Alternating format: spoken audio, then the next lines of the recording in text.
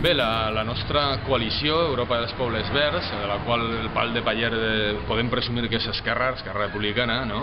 Pues, és homogènia, és lògica, perquè hi ha tota una sèrie de partits de les nacions sense estat, una coalició de partits d'esquerra, de l'esquerra independent, independentista. Sabeu que estem en el bloc nacionalista galego, està el Cartasuna, està també Aralar, està el XA, Entesa per Mallorca i tota la coalició de partits estatals verds com a tal, no?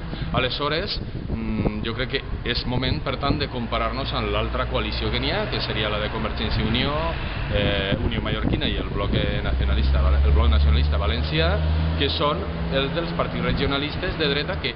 Jo, per exemple, parlaria del corredor mediterrani, una opció molt interessant per al que seria l'economia nostra, el País Valencià, sense la qual no estem articulats cara a Europa, i que ja el 2002 va ser el Partit Popular el que va desterrar aquesta possibilitat, perquè va apostar per Múrcia i per l'eix central en Madrid.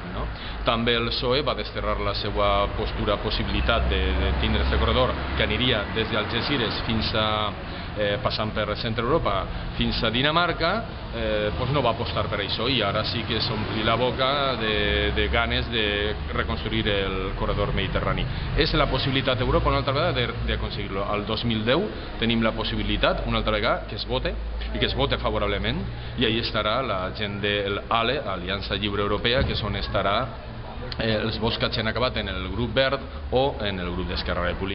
Tindrem també tot el que seria l'afluència de recorreguts marítims, seria la combinació perfecta.